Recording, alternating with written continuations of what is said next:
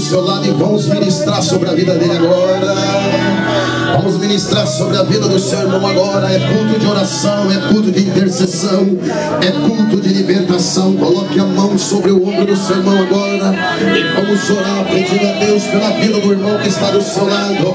Senhor, meu Deus e meu Pai, aí está, Senhor, a tua igreja nesta hora, orando e intercedendo, Senhor, um pelo outro. Ó Deus, estamos todos unidos como estava em Jerusalém, Senhor. Estamos todos unidos nesta noite, como estava, Senhor, ali em Jerusalém, até que do alto, Senhor, desceu como um barulho veemente, Senhor, o teu Espírito Santo de Deus desça neste lugar, Senhor. Ó Deus, aí está, Senhor, a igreja, aí está o teu povo, ó Deus amado, intercedendo um pelo outro, pedindo e clamando, orando e agradecendo pela vida do seu irmão, tudo num só propósito, num só Deus, num só Espírito, Pai, tudo, Senhor, para a honra e glória do teu nome. Meu Deus, ministra, meu Deus, usa, Senhor, o teu servo agora, usa o teu vaso agora, usa, Senhor, as mãos dos teus filhos agora, usa cada instrumento aqui nesta noite, interceda, Senhor. Ó Deus, clamamos por ti, clamamos, Senhor, por cura, clamamos, Senhor, por libertação, clamamos, Senhor, pelo avivamento.